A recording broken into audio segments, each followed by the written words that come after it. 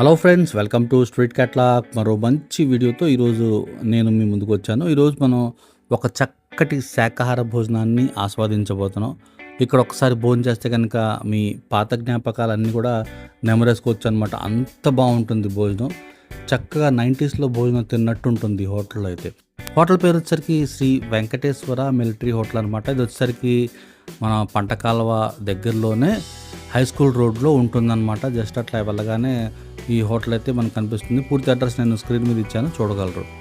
So ఈ hotel అయితే first ఫ్లోర్లో ఉంటుంది. లిఫ్ట్ సౌకర్యం లేదు, చక్కగా మెట్లు ఎక్కి మనం పైకి వెళ్ళాల్సి ఉంటుందన్నమాట.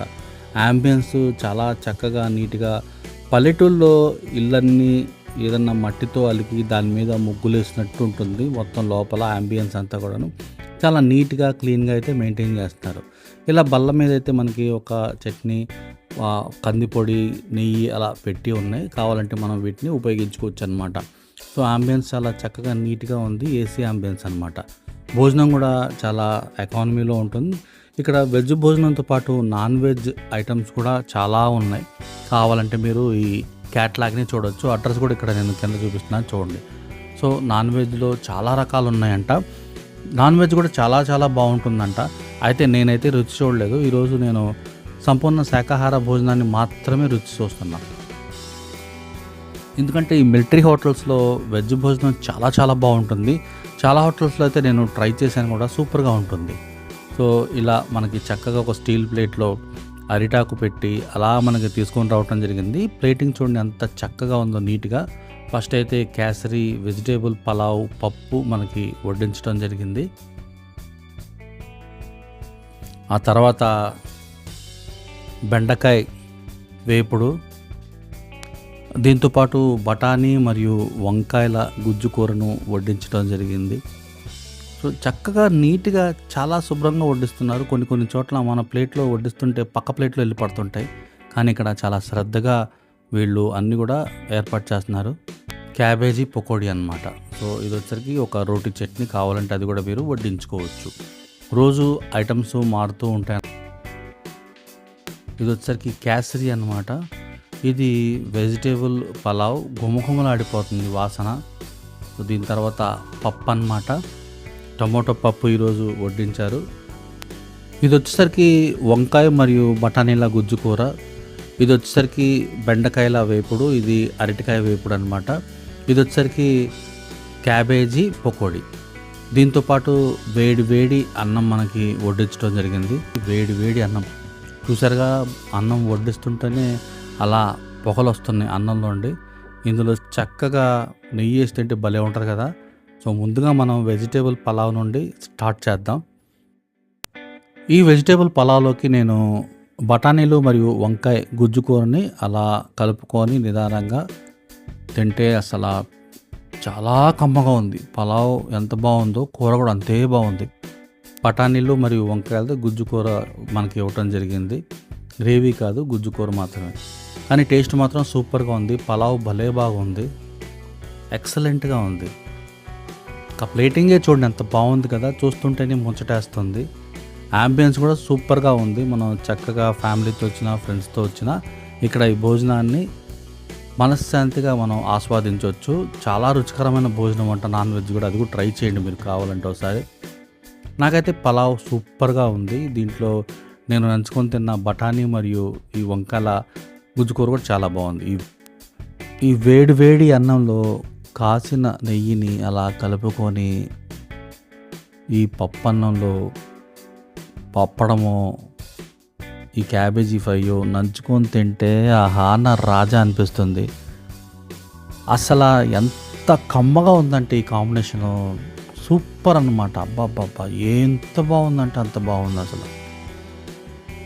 ఇప్పుడు మనం ఈ పప్పులో నెయ్యి కలుపుకొని అలా దొండకాయల ఫ్రై నంచుకొని తింటే సూపర్గా ఉంది. అసలు భోజనం మొత్తం మనం ఈ పప్పుతోనే ముగించవచ్చు అనమాట. అంత కమ్మగా ఉంది. 90s టేస్ట్ ఇది.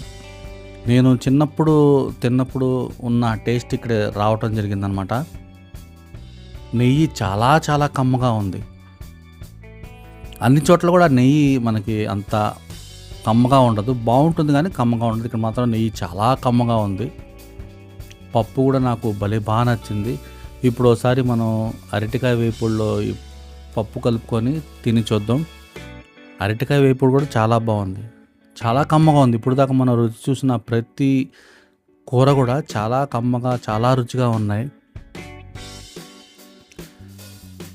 90స్లో మనం ఎక్కడైనా హోటల్లో తింటే ఎటువంటి టేస్ట్ వస్తుందో అటువంటి రుచి వచ్చిందనమాట. సో మామూలుగా అయితే నెయ్యి నేను ఒక్కసారి మాత్రమే వేసుకుంటాను ఎక్కడైనా సరే, కానీ ఇక్కడ నెయ్యి టేస్ట్ చాలా చాలా బాగుంది. మా అమ్మమ్మ వాళ్ళు దొనకొండలో ఉండేవాళ్ళు అనమాట. సో అక్కడ వాళ్ళు కాసిన నెయ్యిలాగే అనిపించింది. అందుకని నేను చాలాసార్లు నెయ్యిని నేను వడ్డించుకున్నాను. అలా పప్పు కలుపుకొని ఈ అరటికాయ వేపుడిని తింటుంటే సూపర్గా ఉంది. సో ఎవర్ గ్రీన్ కాంబినేషన్ పప్పులో కూడాను అప్పడం చాలా బాగుంటుంది కదా. అలా రైస్ అయిపోతుంటే మనం చెప్పకుండానే గబగబా చకచక వచ్చి వేడి వేడి అన్నం అలా వడ్డించి వెళ్ళిపోతున్నారు. సర్వీస్ కూడా సూపర్గా ఉంది. చూడండి, రైస్ చాలా సన్నగా సేమియాల్లాగా ఉంది, పొడవుగాను. భలే బాగుంది. రైస్ చూస్తేనే అసలు భలే మంచిగా అనిపిస్తుంది. ఇందులో ఏదైనా కలుపుకొని తిన్నా సరే, పప్పు అయినా సాంబార్ అయినా సూపర్గా ఉంటుంది. నేను ఎక్కడ అడగను రైస్ భలే బాగుంది అని చెప్పి. వీళ్ళతో నేను మాట్లాడాను అనమాట. రైస్ భలే బాగుంది అని చెప్తే, మేము ఇంట్లో వాడే రైస్నే మేము ఇక్కడ కూడా యూస్ చేస్తాం, చాలా కాస్ట్లీ అని చెప్పారు. ఆ తర్వాత చూడండి, సాంబార్ అలా వేడి వేడి అన్నంలో నెయ్యి వేసుకొని అలా సాంబార్ అలా వేసుకొని తింటుంటే అసలు ఆ సాంబార్ ఎంత బాగుంది అంటే కనుక అసలు మామూలుగా లేదు.